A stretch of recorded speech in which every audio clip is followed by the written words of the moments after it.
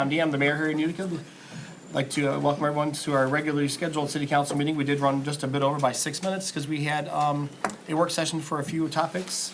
And today's date is January 14th, 2020. Everyone go ahead and stand for the Pledge of Allegiance. Sorry, Major, you just need the Pledge of Allegiance, sir. Pledge allegiance to the flag of the United States of America and to the republic for which it stands, one nation, under God, indivisible, with liberty and justice for all. All right, thank you. Ms. Ricketts, please call the roll. Zakor. Here. Terenzi. Cunnington. Here. Sylvester. Here. Calendino. Here. O'Donnell. Here. Deanne. Here. One absent. Thank you, ma'am. Advising everyone, it's at 8 p.m. We're going to have a public hearing for the CDBG funds allocation and distribution. Council members, in your packets, you would observe that they have the minutes from December 10th, 2019 and December 20th, 2019. Would require a motion to approve the minutes. Make a motion to approve the minutes. Support. It's been moved by Calendino, supported by Mr. Sikora. Any discussion? All those in favor? Aye. Opposed? Very good, motion carries, thank you. Folks, before you on the podium, there is a green sheet, there should be them available for you there. There is the agenda for tonight's meeting. If you'd like to grab one, you're certainly welcome to. At the beginning of the meeting, what we do is we invite people to come up and speak before the council on any one subject matter that is on the agenda. And we're gonna ask those comments to be related to items only on the agenda. If you are passionate about one item that you would like to speak of, now's the time to make your way over to the podium and introduce yourself. Would anyone like to address council on anything on the agenda? We will have a section for public comments at the end of the meeting, which you're welcome to address council on any one topic, should you like. All right, very good. Council, we do have item number 2, it's unfinished business. It is the 7650 Greeley proceed distributions. We did receive approximately $2.1 million in proceeds from that property, and council is going to decide how we're going to spend those funds in order to place them in a responsible manner. Any discussion on that?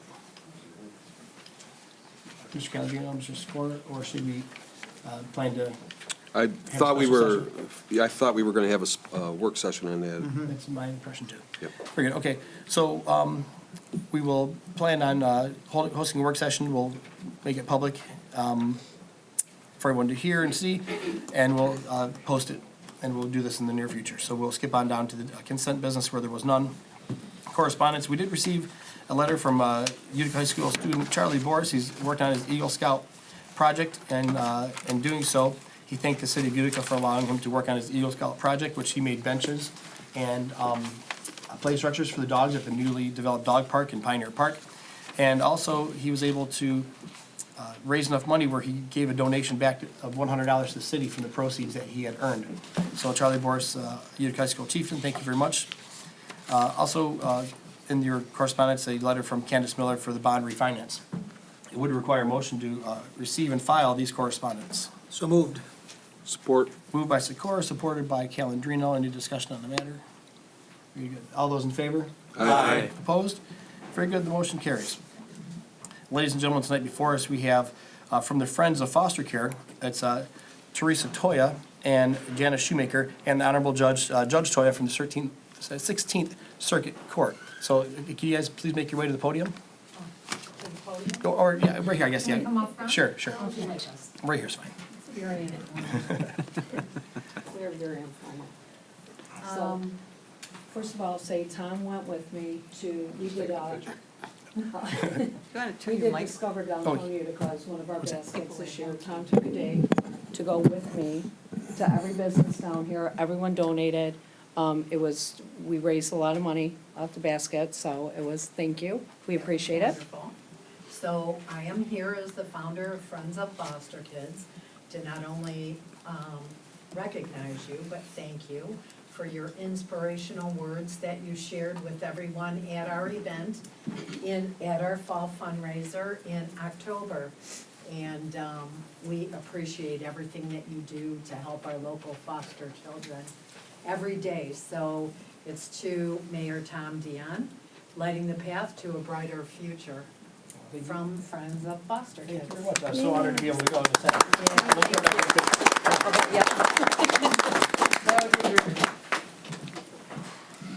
So if you don't know, Miss Toya has a shop right at 17 in Van Dyke, right, 17?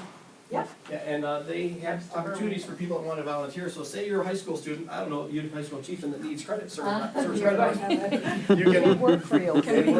so they read hundreds and hundreds, thousands of gifts for kids for Christmas this year. So the kids that are in foster care were able to have Christmas gifts for their, for Christmas. It's really a great event.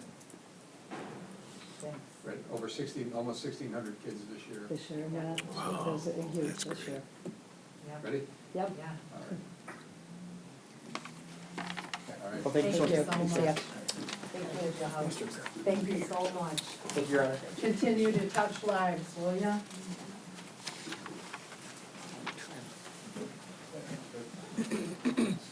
So again, Friends of Foster Kids, they're right there at 17 to Van Dyke, and they do a lot of great work for kids that obviously didn't pick their station in life. So if you want to give back to, for a really fantastic cause, these kids, you know, they didn't ask for the situation, but here it is for them, and they could all use a little extra love. So, Council, United Shore Baseball League has asked to continue the fireworks request as per the previous 2 years. Again, this is the request that they have submitted previously, and they'd like to continue doing the same work in the year 2020. Were there any concerns about that request? We did enter into a 5-year agreement with a annual courtesy review. And so it would require a motion to go ahead and approve the request as presented. I move we approve the request as presented. I'll support. It's been moved by Mr. Sylvester, it's been supported by Mr. O'Donnell. Any discussion on the matter? Same number of dates, same times, same exclusion around the 4th because they're already doing it. Correct. Yep. Yeah. So, very good. All those in favor? Aye. Opposed? Very good. Motion carries. Thank you. Next, from the Knights of Columbus, is a solicitation request. Do we have the petitioner or the presenter? Worthy Mayor, City Council, my name is George Wiegand, St. Lawrence Knights of Columbus, 2950, right here in Utica. Our request is to solicit funds from the streets in the city of Utica, April 3rd, 4th, and 5th. Reading your ordinance, it looks like we can only do a Saturday, Sunday solicitation through Utica, and our streets are restricted. I think there's 4 or 5 intersections we can do. The only exception I would like to ask for is could we do Utica Park by Jarrett? I think that we have an ordinance in place. Yeah, correct? there's a ordinance 168 Yeah. that specifically lists the intersections that. I've got that ordinance. I've Do you? received the Okay. ordinance, Yeah. I've read it. The only thing that's listed on there is Utica Park and North Point, the east, but it does not say that I could do Utica Park by Is Jarrett. North Point 59, or is it North Point in, North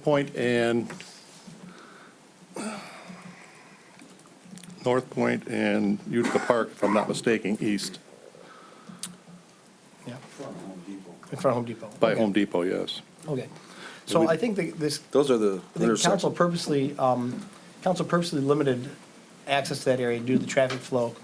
Also, people standing in the roadway and stopping traffic coming off, was it Utica Park Boulevard? Your request is Utica Park Boulevard, correct? Utica Park Boulevard by Yeah. Jarrett there. Yeah. Coming from like Sam's Club going Yeah, on to so M59. I don't know if you've ever come from that direction, but when you come from Sam's Club and you come up that road as you're heading, we'll say, south to get onto Hall Road to go west, right? That traffic backs up there sometimes, 10, 15 cars, and only a Right. handful of cars get through on the green light. And then Yeah. it takes quite a while to clear that area out. I would probably not be in favor of it because it's already really poorly exited at that area. And putting people in the way is probably just gonna make that area that much greater.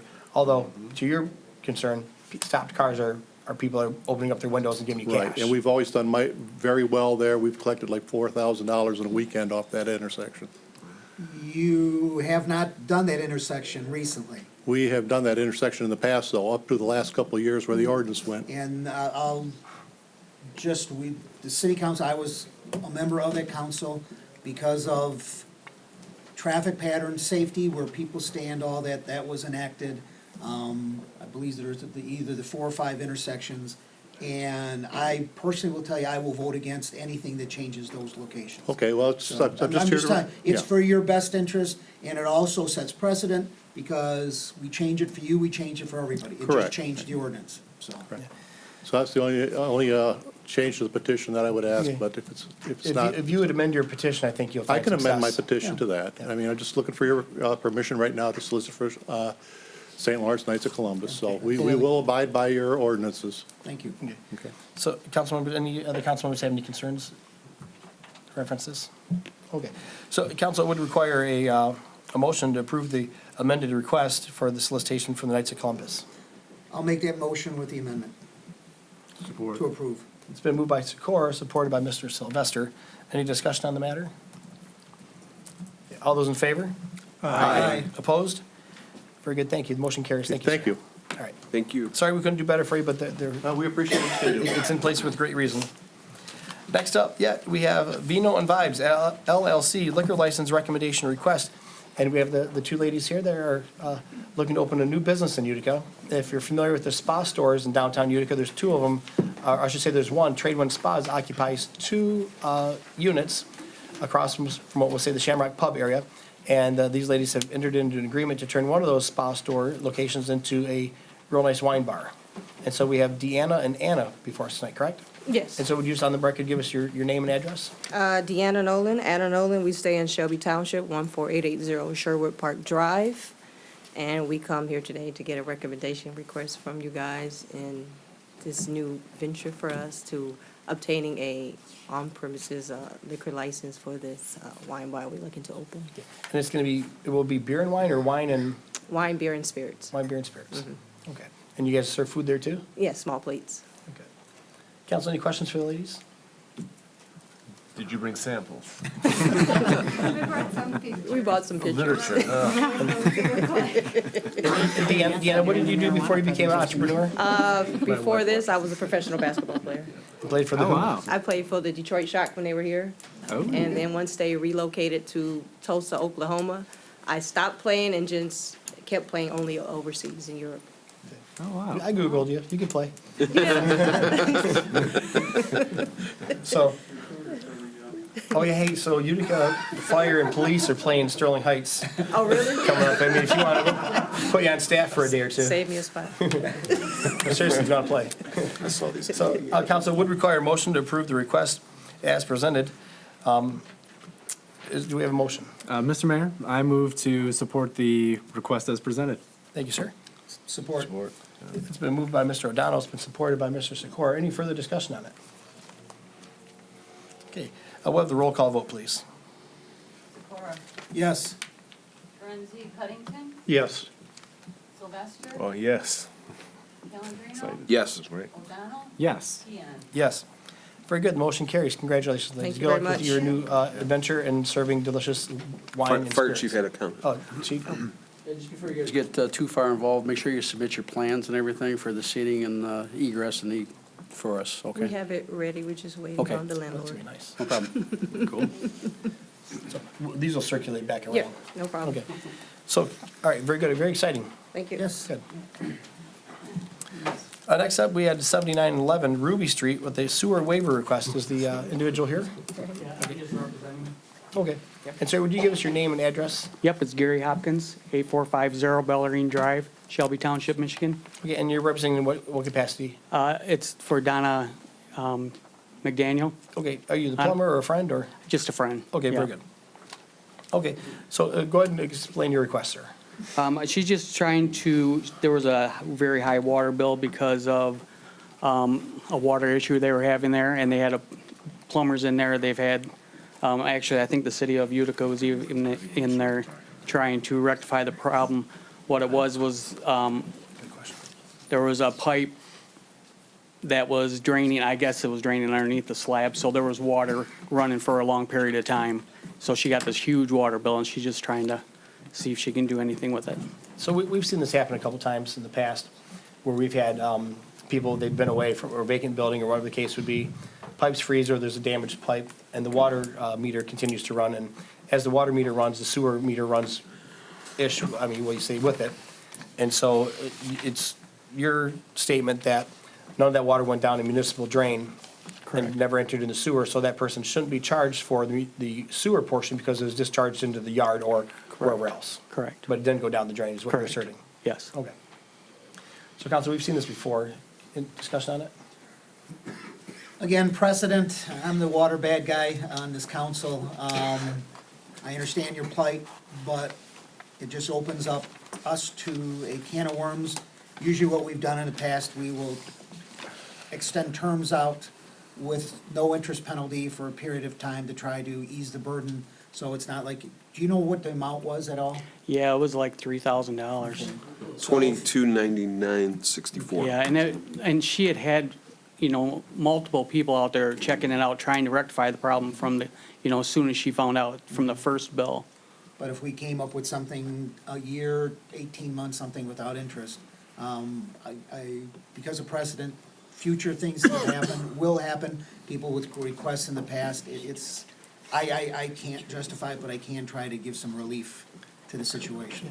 And it's also the part too, it's not to say investment people or, landlords have less rights, but there's investment value for that, for this property, and part of investment is potential loss. Had she been monitoring her property a little better, this wouldn't have happened. So being an absentee landlord didn't serve her well. So I would be inclined to say, agree with Mr. Sikora, we give her a period of time, not including interest on the penalty, no penalty, just a time to pay it off in a reasonable manner. And included that would be any future bills as they become current are due at that time. It's not a waiver of that bill and stacking up. Yeah. It's paying So the even bill though current. she had, people in there trying to rectify the problem from the get-go, Unfortunately, the city of Utica has paid that bill already, okay? When that water got consumed, even though it was a leak, we got the bill for it. And quite honestly, it would be the other 5,000 people that live in the city that would be paying the difference for that water bill, or the other rate users paying for it. So at that point, everyone else is paying for, I'm not saying carelessness, but for her having a situation that she was unaware of. So the burden falls on every other taxpayer in the city, which isn't quite fair. okay. Comment? Mr. Calendino? I know we had a similar request from a business owner early in the year, in 2019. And what we did in that case was we gave him relief on the sewer costs and spread out the debt on the, no, we gave him complete relief because we assumed that all the water ran off and didn't make it into the sewer system. And So the, therefore, we wouldn't have been charged, we'd not have been charged for the sewer. Right. They ran out, they never went down the drain. correct. Now, in this, Donna has submitted a letter from a plumber who I haven't verified this information, but it says, the increased readings on the water meter began in September 2019. We found that the water was leaking below the slab. The water was not going into the sewer drains in the house. So I don't see how that's any different, why we wouldn't provide relief for this individual when we did for a business owner earlier in the year. It just seems, if we could verify this information, which I do have to admit, he lists his phone number as 123-456-7890. Can we give him a call? So, I think we would need to verify that and maybe even have our building inspector verify it. I'm not qualified to say if that water made it to the sewer or not. We have the same situation though, which we're going through now with the SAW grant. The water went someplace. And again, if it made it itself into even the storm sewers, all the sanitary, we're paying for it. So, I'm just not sure why we aren't being consistent then. Because we gave a business owner in the exact same situation, if this plumbing letter is correct, relief, and we're not giving relief to a resident. Yeah, I think there is an affidavit in there from a plumber stating that. She's not asking relief from the Not the water water. bill. She just wants what went relief into for the sewer correct. cost. which is the bigger part of the bill to begin with. Yeah, like 60 per. The it has a business, bit. if I remember, was in a contained space in the basement with basically concrete floors. That's what this plumber's saying, though. No, they're saying it's underneath in the ground, so even though it's ground, you can say some of it's absorbed. But it still went someplace. And when was the first letter? October?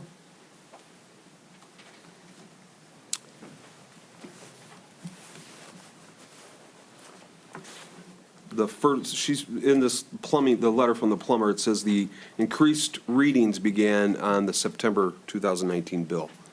September, yep, And correct. it was stopped on 12/06/2019. Do you know, Mr. Lang, any of it? All I know is what is in the letter and, what I know from Ms. Ricketts. I if you want me to add, we have offered relief from sewer bills in the past. However, typically what's been done is we were able to verify that exactly what was said is happening. In this case, I mean, I would want to validate, one, who he's a mechanical contractor. There is Has a license number. that does exist online, that company. However, that letter's not signed. It's just, it looks like a form letter.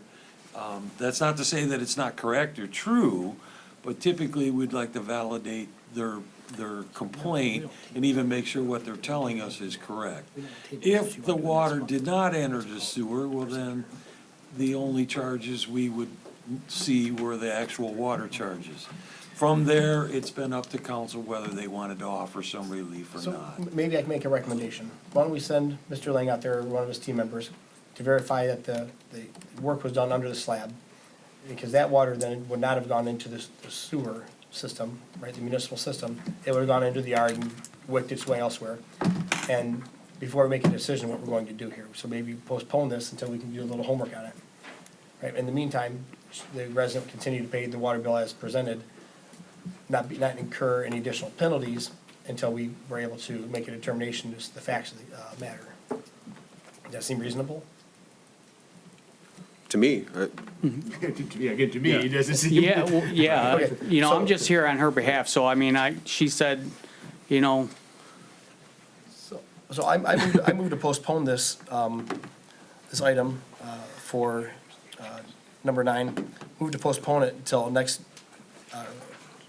council session to where we can have a real answer that's meaningful. And I Okay. think that's benefit to you, so that we don't just say no. sure. So I would require a motion to postpone the item until the February meeting. Mr. Kent? Just, there was some repair done by somebody with a bill, with a check number, with the amount. Something has to be produced as far as documentation. Not to say that a repair was made, but who made it, how verified. Same thing too with this letter here, no date, no signature. We know the phone number is not a phone number. There has to be more to it than just the water didn't go in the sewer. Okay. So, And Mr. Lang, are you okay with sending your guys out there to take a look at it? Yes, and in fact, and usually in our experience, we get called in. Ahead of I time. can't say that we weren't called to the residents to have a look at possibly what could be going on. But generally, my experience, and almost every time, when we do experience a bill of that nature, we are called to the residents or the occupant, and it's pretty much, it's verified for us where exactly things are happening. There's a lot of gray area in this one, so we'd want to flush that out and make sure that what's being said is correct. Okay, so I'll make a motion to Sorry. postpone this until the February council meeting. Okay. support. It's been moved by Deanne, supported by Calendino. Any discussion on the matter, gentlemen? Yeah. All those in favor? Aye. Opposed? Very good, motion carries. We'll see you next month. Thank you so much. Okay, next we have the Lindsay Vaclav Accounting Aid and Accounting Aid and Society presentation. Hi, good evening. Thank you so much, Councilman, Mayor, and ladies and gentlemen of Utica. I'm Lindsay Vaclav. I'm from the Accounting Aid Society. We are an organization that provides free tax assistance to low-income residents across southeastern Michigan. We've been in business for almost 50 years now, and we started by 4 accountants because they wanted to find a way to give back to the community. And we have published some information today. Page 3 is where we're going to be supporting some information there, just to kind of get you under the understanding of the organization that we service and how we can support you as community members and constituents and small business owners. We do free tax preparation assistance for income levels under $56,000. We have free tax preparation software on our website where folks with no income limits can use our software for free, and a wonderful volunteer program.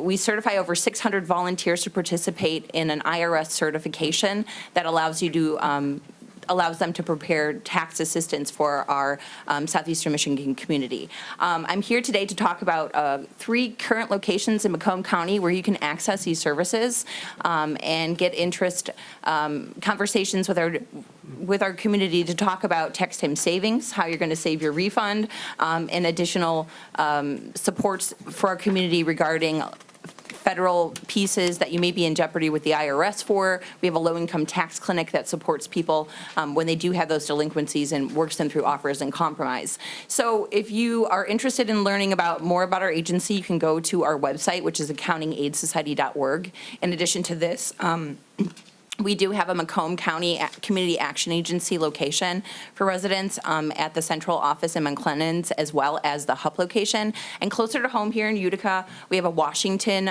Michigan location as well. I think I geo-tracked it about 14 miles away. I know it's a little bit harder, but my job today is to save everybody in this room $300. And we do a calculation based on a regular tax preparer service.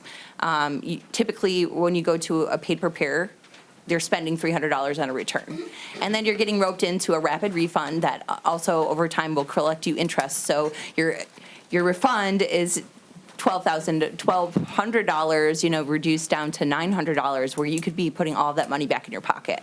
So I hope that all of you will take interest in this. We also support small businesses with applying for credits and getting you ready and preparing your ledgers for tax filing. Some small business owners, from the day that they open their business in a brick and mortar station to the time that they're closing it, we're looking at 5 months. And that's because that whenever they're going for tax filing, they aren't prepared for the supports that are needed to continue and support their business. So we are offering services for all southeastern Michigan regarding small businesses and free tax preparation. So I thank you for inviting me today. So thank you so much for coming. Quick question. Sure. So we have a senior housing development where we have 54 units, and sometimes those people have a hard time getting out of the house and getting around as much. Yeah. Would your office be willing to go to their location and So service them? what we have for inbound seniors is our homebound program. So basically what homebound means is that the senior gathers documents that they would use for their credit filing, because most of our seniors aren't working, but some of them are, and they would mail us in the documents. The homebound program actually processes the return and calls the client on the phone and goes over the tax return with them, just like you were having an accountant present, but over the phone. So a virtual opportunity to support our low-income seniors. We do also amend returns because we understand that people have been delinquent with filing. So our summer locations are dedicated to helping folks amend those prior year returns, and then also taking cases for, the federal delinquencies that they might have. Okay, and you're not a 501c3 nonprofit? We are a 501c3 nonprofit. All right. Well, thank you very much for that Just a information. quick question, are you tied in with CDEM at all? So yes, we are a member of CDEM, which is the Community Economic Development Association of Michigan, a proud sponsor of the Taxpayer Opportunity Network through the IRS, and we are part of the Michigan Impact Coalition as well. Some of you might be familiar with our Senior Director Advocate, Marshall Hunt. He's quite a wonderful soul. He'll be around this year preparing taxes with us. But yes, all of those organizations are partners with us. Very good. Thank you. All right, Lindsay, thank you so much for coming in. And I do have flyers available for you with all of our TechSet locations. I'll place them outside on the tables. Okay, and as well, we might be able to put something on our TV channel or our social media to kind of point people to your spot. Excellent. All right, Thank you. so much. So, Anna and Deanna, do you guys have anything else? I mean, you're certainly welcome to stick around, but if you guys, you got questions? Oh, for Beth? Okay. So, we got public hearing. Ooh, here it goes, 8 o'clock. Someone should have told me. Okay, council, we're gonna need a motion to go ahead and suspend the current meeting and enter the public hearing for the CDBG funds. So moved. Support. Okay, it's been moved by Mr. O'Donnell, supported by Mr. Sikora. All those in favor? Aye. Very good, motion carries. Okay, show us in the public hearing at 8:05 PM. The county allocates funds every year to the city of Utica for typically low-income areas where we could use those funds to help make differences. Also, the CDBG, which is Community Development Block Grant, offers us funds to be able to give to local charities to help them for their causes. How many people do we have here today that are going to be presenting? 1, 2, 3? Okay. So if possible, if you could do it, within a brief amount of time, say like 3 minutes, just give us the spiel. That'd be nice. So if we could start with you first, because you're closest to the podium. I do have some pamphlets that I would like to pass out. So my name is Ajisha. I work in Macomb County Care House. We're located in Mount Clemens. We also have a satellite office in Warren. Our services are focused on child victims of sexual and physical abuse, as well as children who have witnessed a violent act, and we also work with the non-offending family members. Our goal is to minimize trauma for child victims' abuse and to help the child victims and the non-offending family members through the investigative and the prosecution phases and provide support to begin the healing process for the families and the children as a whole. So our agency, we always work with law enforcement. So we work with all of law enforcement in Macomb County. We work with the Children's Protective Services Department. We work with the prosecutor's office, and also if there's a medical professional involved, we work with them, as well as any mental health professionals that might be involved with the kids. So 1 in 10 children will become victims of sexual abuse before they turn 18. Kids come to Care House from every community in Macomb County, and the purpose of it is so we can spare the trauma of multiple interviews for the children. After the forensic interview, Care House also offers follow-up support services for child victims and their parents. Some of the programs that we offer are child safety assessments if the child is suicidal. We offer crisis counseling for the family as a whole, access to forensic medical examinations, support groups for the child, the parent, the teens, caregivers, grandparents, things like that. Trauma-focused therapy sessions, family advocacy, and referrals to other needed community services. For all of our services that we provide, families are never charged for any of it, so they are able to come in, and our goal is to meet them where they're at and provide the right referrals and resources for them. 86 cents of every dollar that comes to Care House is specifically devoted to serving children and families in our community. Since opening in 1996, we have conducted 7,900 child forensic interviews, and 53 of those children reside in Utica. Last year, we conducted 757 forensic interviews, and 4 of those children resided in Utica.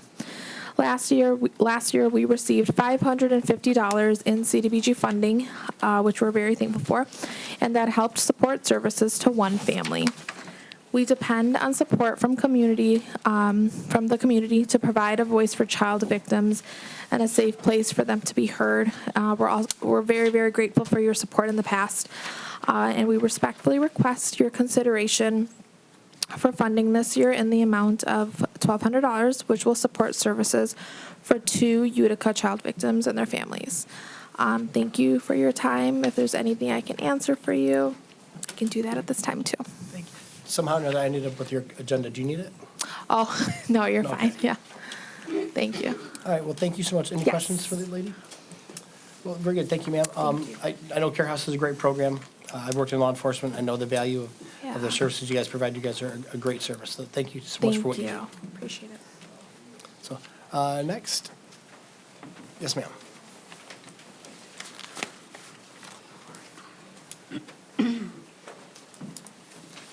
My packets are a little bigger, sorry. Free pens. Yeah, everybody needs a free pen, right? You can never do without it. Hi, my name is Beth Decker, and I'm from Interfaith Volunteer Caregivers. We're a nonprofit that's been around for 27 years. Our mission is servicing seniors and disabled adults to keep them healthy and independent in their homes for as long as possible. We would do this by giving them chores, repairs in their homes, and housekeeping. Those are the things that CDBG covers when we get these grants from you and all these different communities. We haven't been able to service very many people in your community at this point, very few, but we're hoping that if we can get some CDBG funds from you, we can grow in your community larger year by year. With increasing our funds, we can reach more people in your community, and we're only asking for a very small amount of your funding this year to assist a handful of residents. We're hoping that with the additional funding, we can grow each year more and more in your community so that we can get our feet wet in here and just be able to let everybody know who we are in your community, because we're reaching more and more in farther north here in the Macomb County. We also are in St. Clair and Oakland County, but for some reason, we haven't gotten more in Utica, and we're trying to reach more seniors here. So as we are getting here, some of the repairs that we do are minor repairs. We do safety repairs for like grab bars. We do plumbing repairs, leaky faucets, running toilets. We do outdoor repairs when they have their handrails that are loose. We do fence repairs. We do housekeeping for them. If they have walkers and canes, it's hard for them to sweep a floor or run a vacuum. We take care of all that for them. Sometimes they have issues with cluttering, and it begins to become like hoarding. We get in there and we do their housekeeping for them so that they don't have any issues for that. Those are the types of things that we can take care of for them with this amount that we're asking for our CDBG to get into your community today. These are just some of the ways that we can reach our clients and get more and more. We're only asking for $480 for CDBG this fiscal year. Doesn't sound like much, but that will reach, let me see, it's in there. What is it? Is it 6 or 4? I think I gave you guys my paper. I know, I'm like, I think it will be 4. We have a matrix that we use for each one of them so that it spreads out across. And we want to grow that every single year. In fact, we have one that came in about 2 weeks ago that we just assigned for a new one in your community. I saw the work order for it today. But we really appreciate your time. And just for a statistic, just 2 and I'll be finished. It costs IVC $500 a year only to take care of one client for an entire year, to meet their needs of what we take care of for them on a yearly basis. And year to date in our history, we have approximately 5,000 volunteers that have given their time for IVC, and 4,000 clients we have taken care of in our history. So that's just a little bit of what we do in our communities, and thank you so much for your time. Thank you so much for coming tonight. Thank you for the good work that you do for other seniors and those in need. Thank you. Yes, ma'am.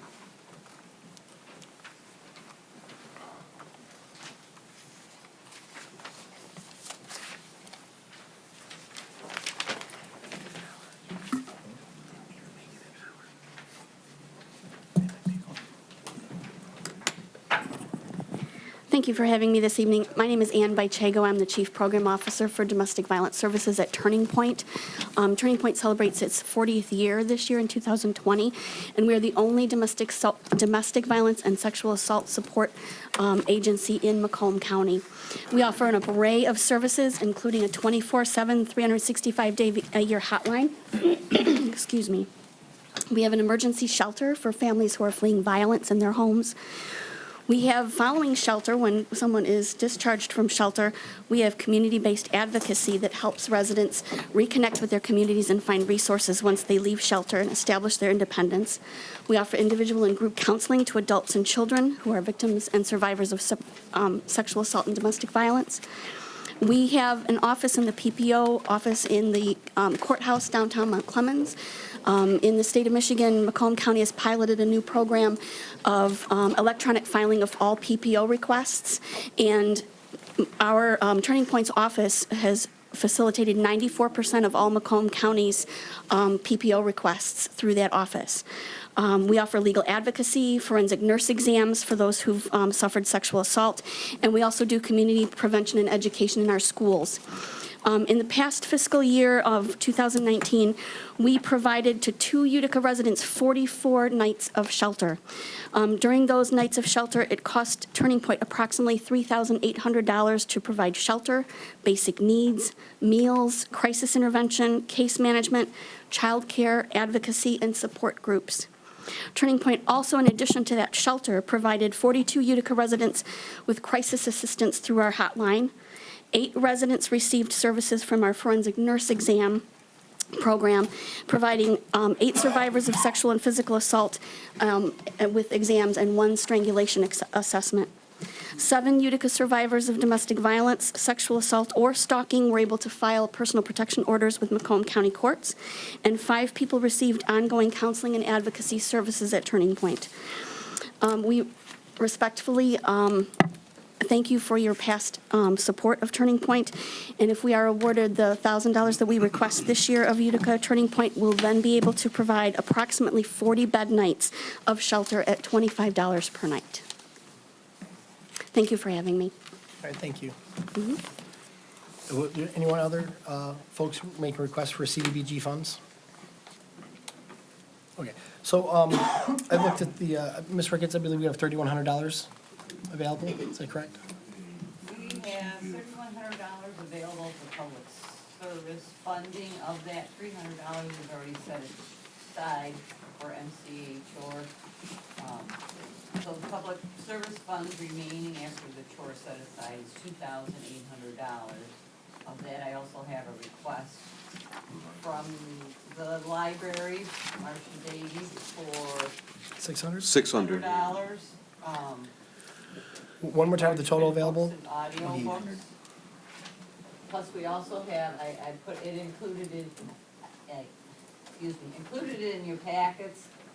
Anybody that wants to request public service funds has to go to Macomb County first, otherwise we cannot act on their request except for our own public library. So they did request, Care House, she was here, requested 1,200, Interfaith Volunteer Caregivers, she requested 480. Macomb County Warming Center requested 3,000, Macomb Homeless Coalition requested 1,000. Okay. Oh, the chore program requested 300, well, that's. You've already, yeah. McRest requested $3,780, and then Turning Point, who is also here, requested $1,000. So I think in years past, we tried to work with the folks that were here for the most part, excluding the library, because it's close to home. And if I did the math, $600 off the library and $480 off Interfaith, left $1,720 left between Care House and Turning Point, which are the higher requests. And then we divide that by 2. They give them each 19, that's wrong. 2,800 minus 600 for the library, minus 480 equals 1,720. 1,720 divided by 2, we're looking at what, 860? 860. I would, even though McCrest did not show up, they do work out of Trinity and they work out of St. Lawrence and they take care of our local. Even though they're not here, they are part of this community. There's no ifs, buts, maybes about it. So my recommendation, if you took this 2,800, take $600 off the Utica Library, it leaves 2,200. We have 4 entities that then would apply: Care House, Interfaith Volunteer, Turning Point, McCrest. They could all get $550 each. Seems to work. Well, that's more than caregiver requested. They requested 480. I don't think they would. That could be about an extra $70. $70. Are they here? Yeah, they're here. Yep. I think she might have stepped out. Okay.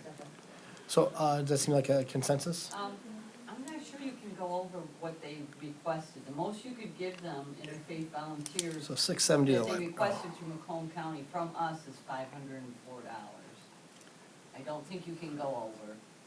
Is that a 5 or a 6? 5?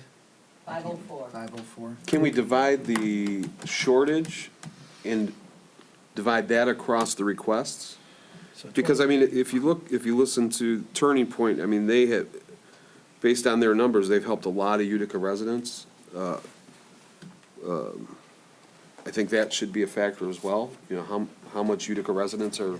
How many were being actually served and Yeah. impacted by, yeah. And I'm not trying to be, but when you sometimes get the term Utica lumped in, that takes in just like Utica mailing address, okay? Okay. So there's a lot of Shelby people or that lumped into that, because Shelby still, a lot of people still use Utica, Michigan, Good point. 48317. So Good point. if we can only go 504 for interfaith caregivers, That would be $46 additional to the other three, so if you wanted to divide it up. Is it 504 or 480? Does it No, matter? 504 on their actual Macomb County request. Oh, okay. Okay, so So 2,800 minus 600 to the library, minus 504. 504 equals 1696. 1696 divided by, was it gonna be 3? Yep. 3 equals 565.33 a person. Good? Everyone like it? That's fine. Okay, so I'll make a motion of the funds that we have available for the CDBG allotment, $600 to the library, $504 to interfaith volunteer caregivers, $565.33 to Turning Point and Care House, and the third entity would be McCrest. McCrest. Support. Any discussion on the matter? Okay. All those in favor? Aye. Opposed? Very good, the motion carries. Thank you, everyone. Presenters, thanks for coming in. Thanks for what you do for the community, and I hope that this money will serve you well. Okay. Thank you. So, okay. And then next, we have Flickinger Elementary Parent Group, gaming license, and the 5K run. Miss Jessica. Yes, ma'am. And just go ahead and give us your name and and who you're representing. My name is Jessica Spiegel. I am representing the Flickinger Elementary School Parent Group. The first order of business that we were requesting from you was the state of Michigan requires us to have a document signed by you allowing us to have the gaming license so that we can have raffling events in order to raise funds for the school. So I have that document here. I don't know who I should pass it to first. I'll hand it to you. Yeah, probably clerk. It goes to me. Goes to you? I'm taking care of it tomorrow. Okay. Thank you. We need two different motions. It looks, yeah, yep, they lumped in the 5K with it. So two motions. I'll make a motion to have Utica approve whatever we need to do with this. It's basically just saying we allow it. Charity gaming, thank you. Support. Very good. It's been moved by Mr. Sikora, supported by Mr. Sylvester. Any discussion on the matter? All those in favor? Aye. Opposed? Very good, motion carries. And next, the request for the 5K run. Yep. As we have the last 2 years, this will be our third annual 5K that we run in the Flickinger subdivision. We are looking to have approval for running that race on April 18th of 2020. The actual 1 mile race would start at 10 o'clock and go till 10:30, and the 5K would start promptly at 10:30 and be over, I would assume, no longer than 45 minutes after that, so. Will this be the third By annual? 11, for sure, the roads would be clear. Third annual, right? Or, I'm sorry, by 11:30, the roads would be clear, yeah. So third annual, yeah, it's a really great event. I was participated in it last year by way of golf cart. It's a good time. Yes, we would love to have you again if you're willing to do so. So, council members, any discussion or questions for? I do have a map, if you guys need it. We will provide the map to the police department It's the same week of the format as race. prior years? Yeah. Okay. It would require a motion to approve the request as Quick presented. question, your Chief. Mayor. I just want to make sure that we understand that we're not shutting roads down for this normally, if I recall. We are not. No, Yep. we'll have an adult at every intersection where there is not a stop. Yep, that was kind of my next thing, just make sure that you had course monitors and that kind of thing Yep, there are throughout. 10 intersections Yep. with no stop sign, and we have 10 volunteers to run those, 18 and over. Very good, thank you. You're welcome. All right. All right, so it would require a motion to approve the request. So moved. Support. Moved by Sikora, supported by Calandrino. Any discussion on the matter? All those in favor? Aye. Opposed? Very good, motion carries. Thank you, Ms. Spiegel, appreciate you coming in. Okay, next we have council reports. First order of business is from the mayor's office. Members of council and here, folks in the audience, we did have several workshops regarding medical marijuana and legalized recreational marijuana dispensaries or other entities within the city. A license, or I should say an ordinance has been drafted by the city attorney.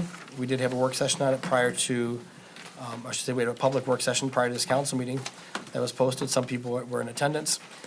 There is an ordinance before you tonight. It would require a motion to go ahead and approve the ordinance and adopt it into law.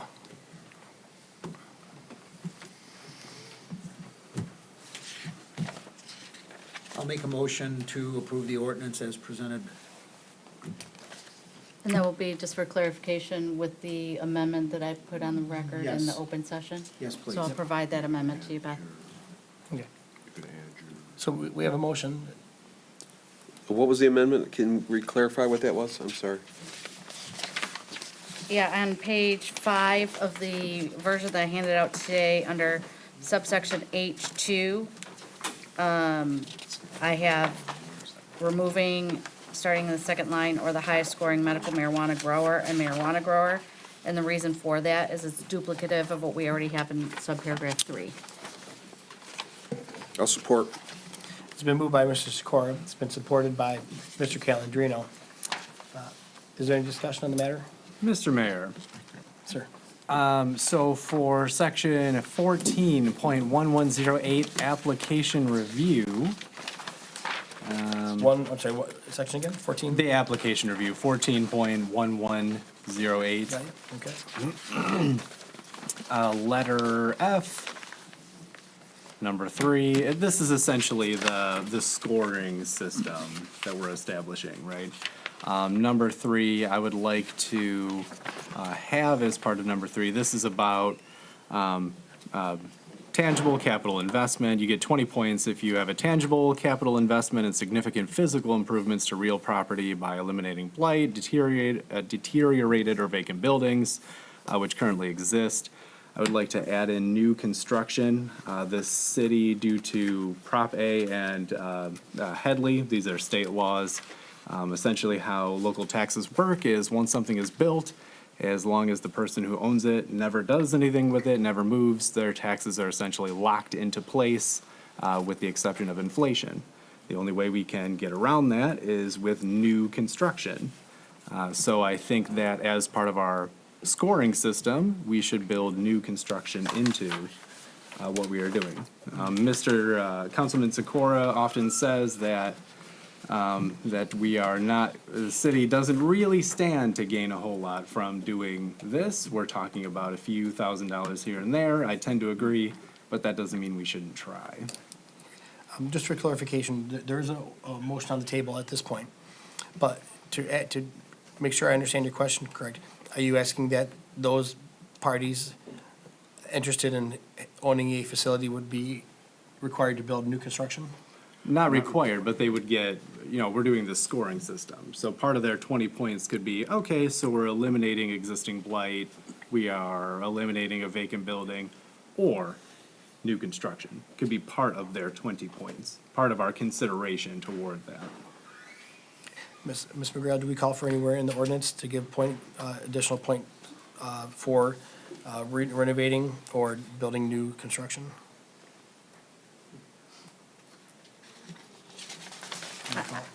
I mean, I think it's kind of implied, because if you're, well, what exactly is the language that you're proposing, Mr. Councilman? I would say applicant, number 3, whether the applicant proposes tangible capital investment and significant physical improvements to real property by new construction, comma, eliminating existing blight, deteriorated vacant buildings, essentially just a 2-word addendum.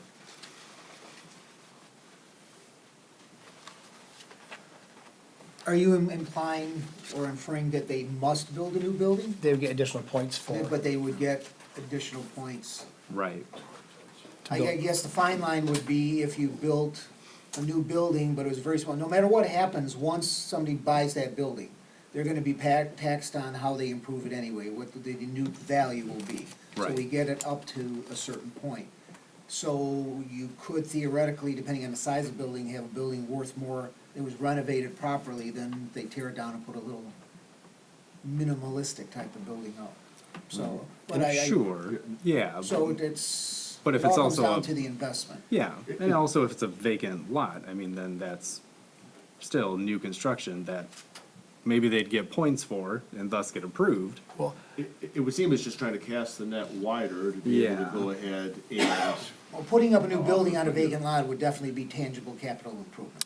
Yeah, it seems like it's So- kind of rolled into that. and quite honestly, any property that falls within the zone would require tangible improvement. There's nothing there that's ready to go by any means whatsoever. So, I mean, again, I As a think, maker of the motion, So- it doesn't bother me to have the words new construction. Right. It So- just adds one right. more layer of clarification. Yeah. If I do tangible capital improvements to my house, if I double the value of my house this year, my taxes do not go up by double, sure. right? So that's what I'm trying to, not trying to double anyone's taxes. That's not what I'm saying. I'm saying that, that if we're going to go ahead and do this, we should give people extra points. You're talking about an actual addition under the tax laws, not just, correct? I mean, it's not just putting in a driveway, new construction, it's, Right. Yes, the new construction is, Moreover, this is just to allow that person to have incentive as a reward of receiving extra points for saying, I'm going to build something new. yeah. Okay. So, Question, if I can address one to Mr. Grusa. So if somebody does come in, buys a building, because I just went through this with my wife's building, bought a building, renovated it, put a ton of money in, Clinton Township came in and says, you're not worth this. That's my new tax base. To a certain point, or no? Assessed value, Mhm. I don't.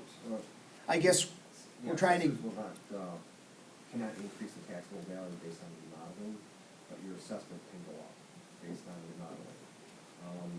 When we pick up new addition, it's typically square footage, or if you extend the life of the building, by new roof, windows, it's basically remodeling. Okay. It's not a type of new construction. so if somebody were to take a vacant parcel, build a building, that could probably generate more tax income from us. If somebody bought a building because it's in very bad shape, and even though they're bringing up to the condition it should be, we can't put it at the same value of that new building. Yes. Okay. Well, I mean, There's some variables in that too. Yeah. If the remodeling occurred first, the assessed value goes up. If the sale occurs after the remodeling, it's uncapped. Then the new taxable jumps up to wherever that assessment is. and quite honestly, after the renovations are done, whether it was from the ground up, stick built up, or it was remodeled from an existing building, the assessed value and taxable value is gonna be the same as either or. The tax collector doesn't care what you have there, just that it is what it is. It doesn't matter how it became, whether it was built from a pre-existing building remodeled, or whether it was built as a new building. The bottom line is, the value is based upon the assessor's determination. Yeah, the new construction, I'll be able to pick that up as new taxable value. And that's where the taxes are generated. Right. So, But a renovation though would be, until it was, if I bought a building for $100,000 and I put 200,000 into it, is that gonna generate as much as me building a new building for $300,000? no. Okay, very good. Okay, so So there- solid point, Brad. so very good point. so, can you just add, Councilman, can you just add that would be new construction as defined in MCL 211.34D? I would be open to that, yes, as a legal scholar. And do you know what that statute says, I Councilman? know exactly what that means. If I'm correct, and, something D. Okay, so, it would require that the motion maker amend their motion. yes. I will amend my motion Your motion? to, amend my motion to include the change as just described with the legal numbers by our city attorney. And I will reaffirm my support. Okay. So, very good. Ms. Ricketts, does that make it okay for you? Maybe. Okay, good. So we have a motion. It's been seconded. Any further discussion? Okay, Ms. Ricketts, we'll have the roll call vote, please. Sikora?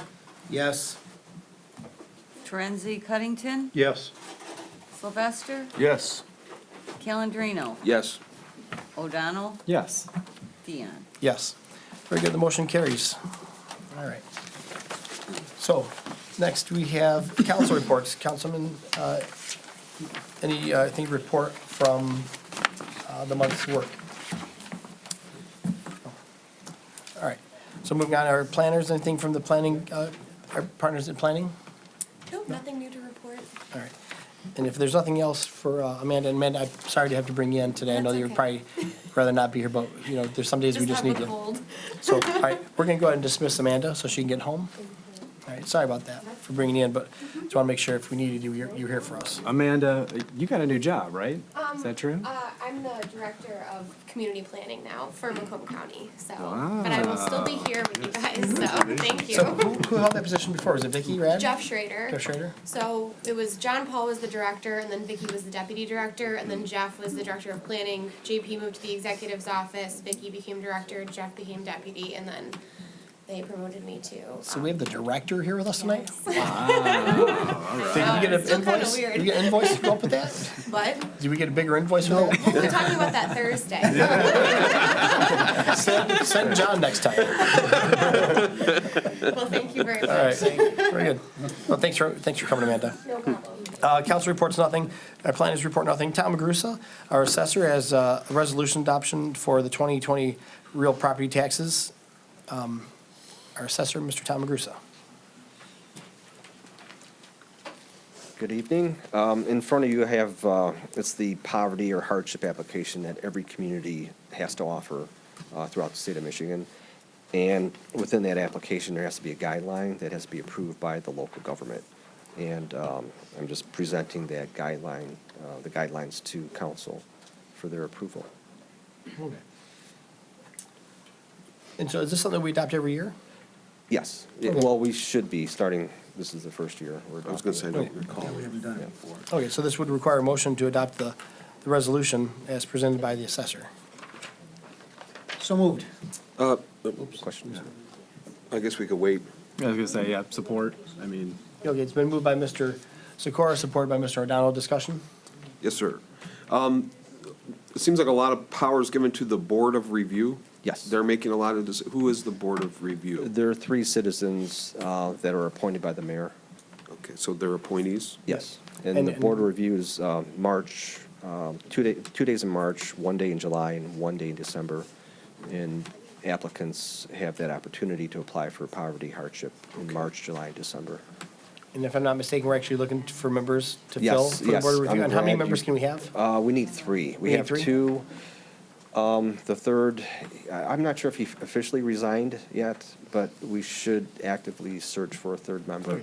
So if any residents would like to help with the Board of Definitely, Review, yeah. for helping, what they do is they review contested property taxes. Yep. And so the assessor works with the Board of Review and takes their input, and we're able to decide whether the council will work with that body or go ahead and let them maybe perhaps bring a lawsuit before the city to try to settle the difference between what they feel their property is assessed and what we feel it's assessed at. Yeah, that's the first step. The Board of Review is the first step for anyone who wants to appeal their value.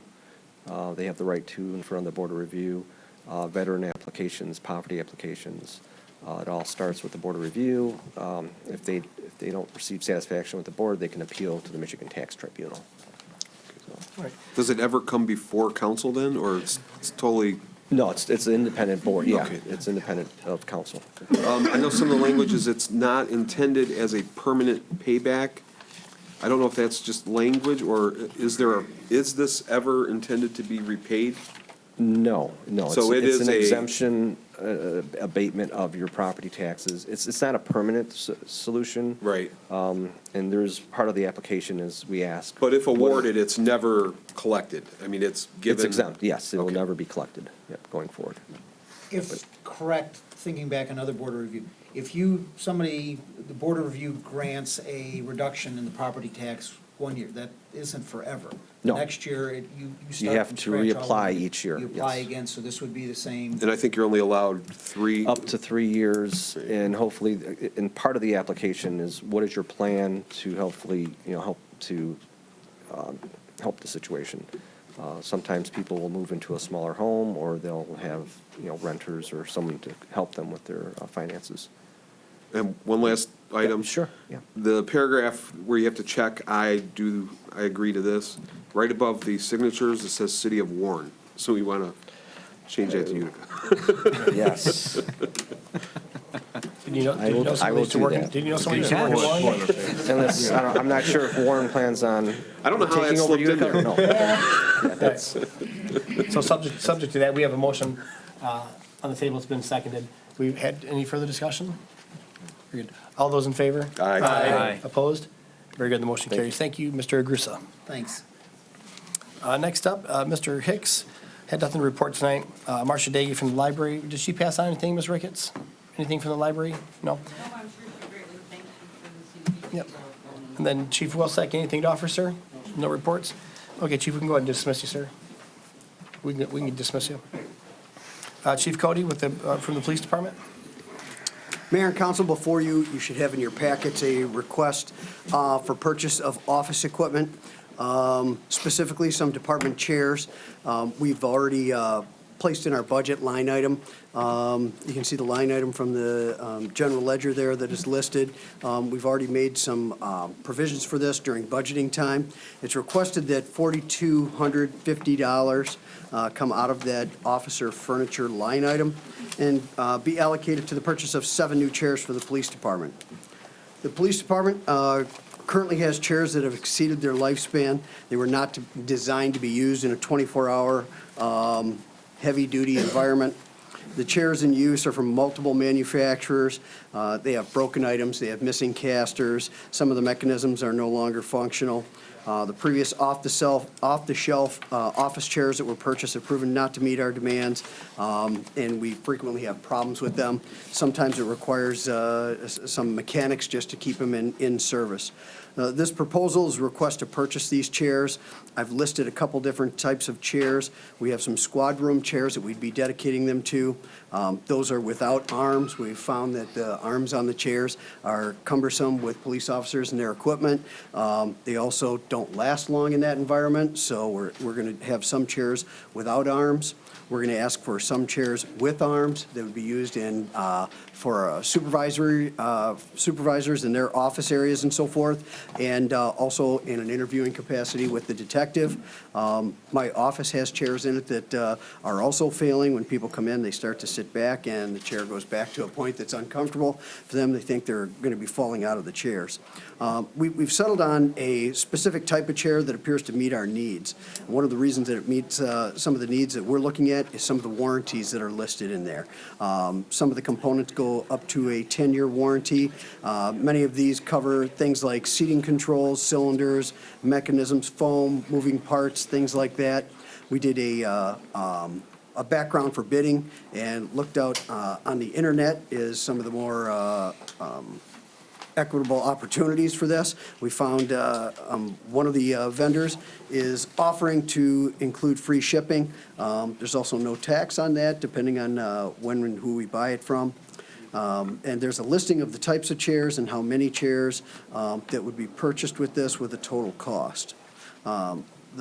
The purchase uses funds designated for the officer furniture fund that's currently in the 19 and 20 capital outlay budget that was already approved. And it is my recommendation that mayor and council approve this request as it ensures that our employees' safety and comfort needs are met to the best of our abilities.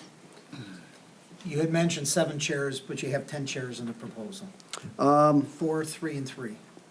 7 from one vendor. My 3 from mistake, another. that would be Just 10 making chairs. sure. Yep, just confirming it will be 10 chairs. Sneak But three in there, huh, the Chief? final number is The 4250, 40, Reggie. yep, the final number is correct, yes. Yeah, in this general ledger line item, I think we originally budgeted 6,000, so that would, you would not, we haven't drawn anything from that. Correct. Yeah, Yep. it was just basically, it's more than what I'm allowed to sign for and the chief's allowed to sign for, so it's brought to council within his budget.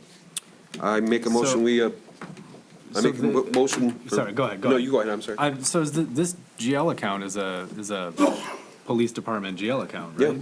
Yes. So why is this coming to? Yeah, does it council? even need to This be strikes me voted? as, and I'll just throw it on the radar, this strikes me as definitely something we should empower department heads to do, if we are legally allowed to do it. Based but- on city policy. Purchase policy. Yeah. I'm sorry. Yeah, the Yeah. mayor can authorize. So it's it. really the amount. Chief, how much can you sign for? Myself, Yeah. my understanding is I have a $1,000 purchase policy. And my and- signing yep. policy, my signing is at 2,500, I believe, so that's why it came before council. Okay. And items like this, they come up, and Yeah. you've authorized the idea of putting them into the budget. I just bring it to you to make sure that you are comfortable with the spending. So, yeah. Okay. All right, well, very good. Mr. Calandrini, you were about to do something over there. I'll make a motion that we approve the purchase of the chairs at the value of $42.50. Seconded. Support. It's been moved by Mr. Calandrino, supported by Mr. O'Donnell. Any discussion, council? Very good. All those in favor? Aye. Opposed? Very good. Motion carries. Thanks, Chief. Anything further tonight? Just want to add, number one, thank you for the support on this proposal. We did have a situation with a weather event where we had a resident that lost a family member. I'd like to offer my condolences to that family. I also want to put some accolades out to the fire department and their response in that matter. It was a difficult situation because this did take place on Davis, which is subject to some water issues during our heavy weather events. And we did the very best with the resources that we had, the environment that we dealt with. And I definitely wanted to pass along the accolades to the fire department for their response. And I'd like to recognize Officer Andrade, who was here last night, acted very bravely in responding. So thank you, Officer Andrade. Great work. He did, and he's the one that trudged through the water and assisted family members in trying to regain the consciousness of our victim. And he worked diligently for an extended period of time to get that to take place. Unfortunately, our victim did succumb to some of the issues at hand. So for that, I want to thank Officer Andrade because he really represented our city and our department in the best of light. So, thank you. Thank you. Thank you. Okay. Good. So, all right, thank you, Chief. Nothing further? Nothing further. Chief, we're going to go ahead and dismiss you there. Thank you. All right, Mr. Lang, anything tonight, sir? Nothing from Public Works, just Okay. dealing with things as they come. And getting ready for the snowfall to come Possibly this eventually? weekend again, yeah, cold temps. Okay. Well, anything for Mr. Lang, anyone? I was going to mention the lawsuit and possible special meeting under my section. Should I talk about it now since he's here? Oh, yeah. Okay, so we're going to allow Ms. McGrail to go ahead and expound upon something referenced, Mr. Lang. So, as council was aware, there was a lawsuit pending with regard to Mr. Lang's prior credits at his former employer. The city was dismissed from that lawsuit, but I was informed today that Mr. Lang was successful with regard to the Sterling Heights pension system. It may involve us having to hold a special meeting. The court required that the funds be transferred within 21 days. We don't have the actual actuarial, we don't have the resolution language. So depending on what route the Sterling Heights pension system takes, we may need to call a special meeting in that regard. I only tell you so that council's aware of what it's about and why we didn't have the, ability to, put it on this meeting agenda or the following meeting's agenda. And I apologize for any inconvenience if we need to do this. But we'll advise further. Okay. So if there's nothing further from Mr. Lang, we'll go ahead and dismiss you, sir. Unless you're welcome to stick around should you like.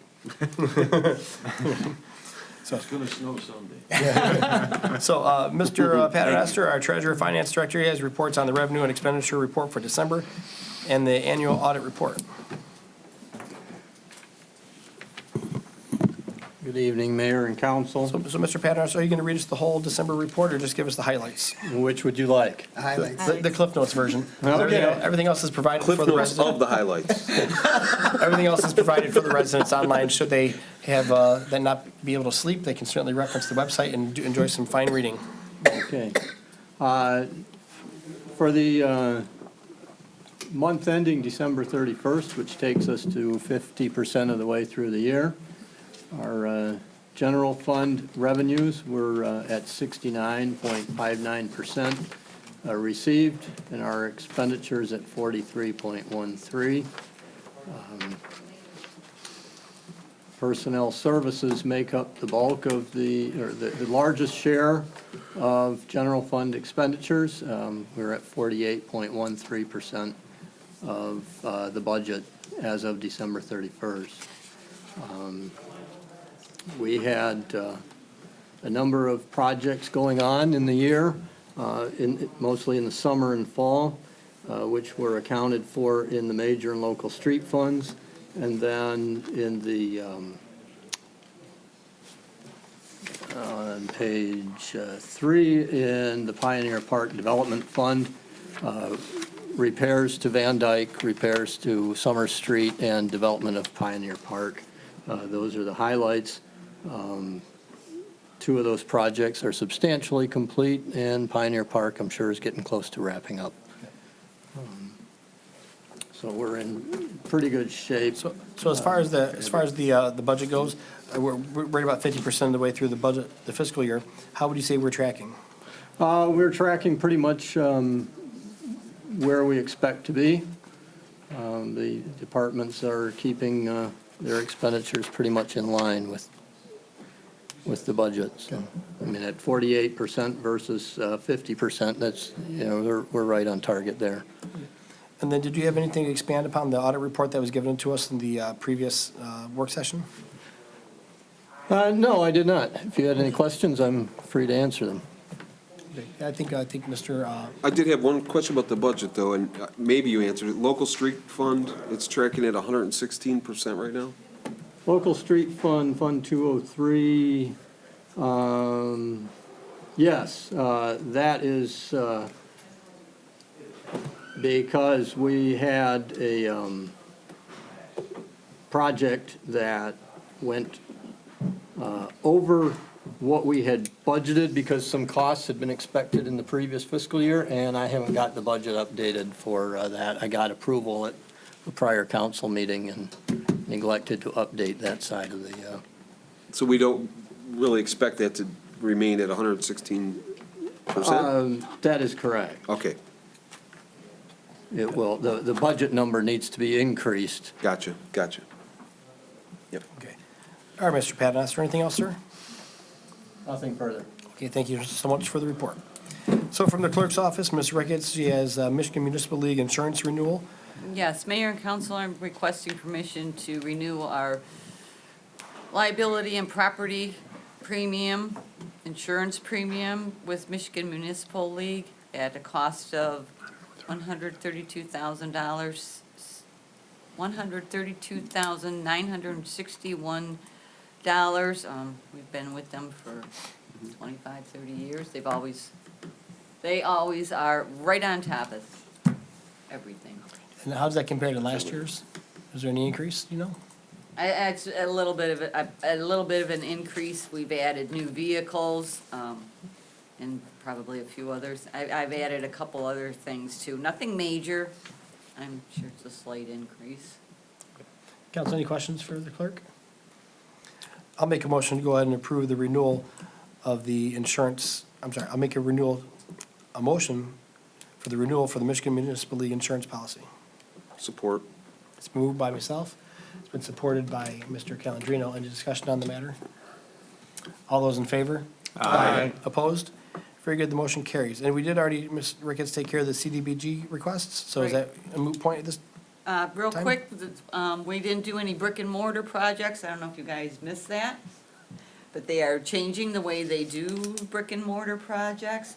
And also the city of Utica's low to mod income area keeps shrinking every year. They're doing it on a competition basis, so you would have to have your whole project together, and being as we're always struggling what to spend any kind of money on unless we come up with something. We are not requesting any CDBG funds for 2020 for a brick and mortar project. Other than that, I have nothing further.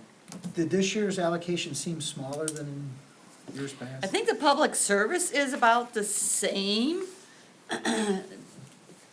But the brick and mortar thing, We got I like don't know why $12,000 they in the decided past. to do that, go about it that way.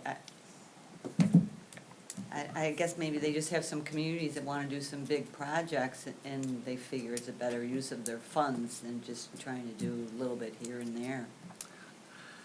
Okay. I don't know. All right, thank you, Ms. Ricketts. So, number 12, the Downtown Development Authority, I can tell you, we've been in contact with the DIA, the Detroit Institute of Arts, and they've been in town once already this last week, and they're coming back again, I think tomorrow. We're meeting with them, and they're bringing a program called Inside Out Art, where they're bringing artworks from inside the building at the DIA to here into Utica to be displayed outside throughout the city. They're obviously replicas, and they're going to be bringing some art initiative into the city. They are also in very fine support of our mural project, and they've, I believe they committed to sponsoring one of our murals in the downtown district as well. That's So- the meeting tomorrow is the Yep. murals. Yep, so it's really exciting news. So the DIA sees what we're doing in the city of Utica, and they can appreciate it as well. And so we've been having some really good communications with them. The Parks and Rec Commission had nothing to provide tonight. The Historical District Commission, nothing to report. City Attorney Linda McGrail, anything? We did, I think, Mayor and Council, you're aware that Parcel C has officially closed and we received payment on that. We closed on that, I think, right before the Christmas holiday. So that money, I understand, is in, correct? Yep. And of course, you're aware that we closed on the senior property before that as well. So, and thank you so much for all the hard work. We've received hundreds of emails, mostly from Mr. Calandrino, as we all have. As we all have, yeah. Thank you so much, Gus. We feel like we're close to you now. So, thank you. Too close. Would you like me to forward? Yeah, we're happy to forward. So, council requires us to make a motion to pay the bills in item B. I'll make a motion to pay the bills as presented. Support. Moved by Sikora, supported by Mr. Calandrino. Any discussion on the matter? Very good. All those in favor? Aye. Opposed? Very good. The motion carries. We'll pay the bills. At this time, we're concluding the meeting. We'd like to invite anyone up to the podium to give any comments to council, anything that they might like to provide. We'd like to ask that you keep it to an exciting 3 minutes while you do so. If anyone feels that they'd like to address council, now is your opportunity. No? Hey, ma'am, just give us your name and your address. Kimberly Bizon, 7472 Elmwood in Lexington, Michigan. So I'm actually not a resident here in Utica. However, I've come this long way to introduce myself very quickly within 3 minutes. I was the candidate, Democratic candidate in 2018 who ran for U.S. Congress. I wanted to introduce myself, and I'm running again in 2020. And I have some information about me if you're interested in where I come from and some of the issues. I believe in putting people and communities first. I'm very much involved in my community in Lexington, so I appreciate your hard work as a board. You've done an amazing job running your meeting very smoothly. I participate in Worth Township meetings, and they're very long. Usually, like, after 2 hours, they vote for another 2 hours. So I can really appreciate you kind of moving along. Lexington was in the news yesterday about our erosion issues and things like that, so we're staying front and center. A lot of our beaches and erosion are collapsing and stuff, and so we are reaching out with Eagle and staying on top of that. I'm here today to introduce myself and to actually listen and to see what your community, what you guys are facing, some of the challenges that you're facing, and to just let you know that I'm here and available throughout the election cycle. Thank you. Well, thank you so much for coming in. Thank you. Anyone else? Jessica, were you going to say hello? I just have a concern. I am Jessica Spiegel. My address is 46152 Sterrett Street. We have a business that opened maybe a year ago at 46175 Sterrett Street. It's like a home healthcare business from what I can tell online. The couple, when we asked them about the ramp that they were building, like a big handicap ramp, they said they were moving their mother in there. Their mother doesn't live there. They have a healthcare business that they're running, which has a lot of cars that park on the road, a lot of in and out traffic. We weren't sure what they were doing there at first. And we've picked up a few like medical gloves and stuff out of our own yard, which is across the street. And so I just kind of don't know what the protocol is. Like, is that like zoning for that kind of a business to be running It becomes a in? zoning issue. What we do is we pass that on, information on to our code enforcement officer. And I've he called the would, building department a couple of times, but they've done I nothing don't know with if it? anybody's sent anybody out or anything. I haven't heard anything back. That would so. explain why you're here. Yeah. Ms. Ricketts, what was the address? 46175 Sterrett Street. It's a residence, right? It's a Yeah, residence, just- yep.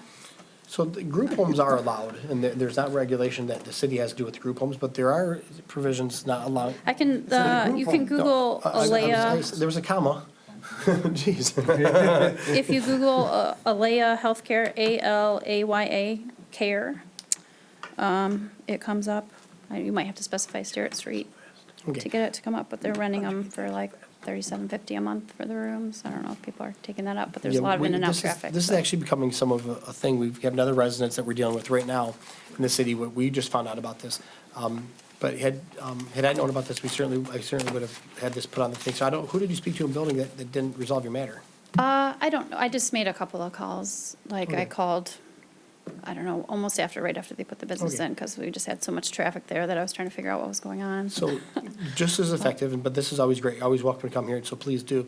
But just as effective as emailing me, because it creates a public record one, and then I'm task oriented through my emails. So until I resolve your problem, I leave it, I read it, and then I mark it as unread, and then I come back to it when appropriate time. So if you don't mind, at some point, you can email me just as well, and I'll make sure I'll Mr. do it Hicks when I get gets out there and deals with it. So, but coming here is always just as fine, but email also works really well too, should you Okay. like. Right. Good. All right, well, thank you so much. Would anyone else like to address council? Very good. If there's nothing further, it would require a motion to adjourn. So moved. Support. All right, Chuck, get in there. It's been moved by Mr. Sikora, supported by Mr. Cuddington. All those in favor? Aye. Opposed? Everybody's All right, show us council session at 9:01.